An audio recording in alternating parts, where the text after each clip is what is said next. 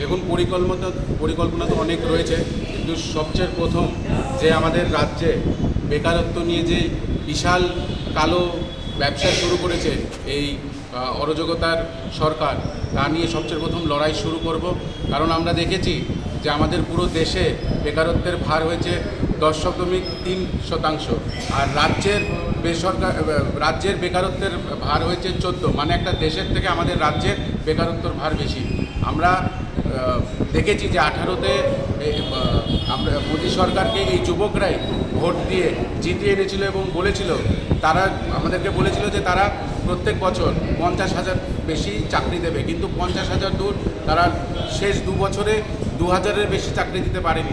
2,000 চাকরিও আজকে টলমটল করছে। তাই এই ভোট আসার আগেই ওরা এই চাকরির ইন্টারভিউ নেয়, চাকরির জন্য ইন্টারভিউ দেওয়ার পরে পাশ করিয়ে ওদেরকে বাড়িতে বসিয়ে রাখে। যুবকরা আজকে হতাশ, তারা কোনো চাকরি পাচ্ছে না, তারা রাস্তায় রাস্তায় ঘুরছে। আর এই হতাশের কারণে তারা চুরি, ডাকাতি এবং ড্রাগসের দিকে চলে যাচ্ছে। আপনারা দেখবেন যে রাজ্যে নেশা অধিকাংশ ছেলেরা নেশায় জর্জরিত, আর এই নেশার জর্জরিত হওয়াতে খালি পুরো পরিবারটা ওরা শেষ হয়ে যায়। কিন্তু আমরা দেখেছি যে বিজেপির মন্ত্রীদের এই নিয়ে কোনো চিন্তা ভাবনা নেই। তারা এই নেশা ব্যবসাটাকে একটা গাছের মতন পরিণত করেছে।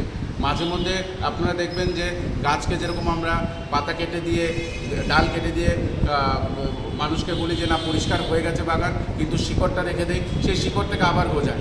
তারা এই শিকড়টাকে কখনোই এই মাটি থেকে উঠিয়ে ফেলার চেষ্টা করছে না, কারণ এই শিকড়ের ভেতরে রাজ্য সরকারের অনেক মন্ত্রী এবং অনেক নেতারা যুক্ত আছে। তাই আমি এখান থেকে আজকে আহ্বান রাখবো যে যুবকদেরকে নেশার থেকে বের করার জন্য, ওদের বেকারত্ব দূর করার জন্য কংগ্রেস আগেও লড়েছে এবং এখন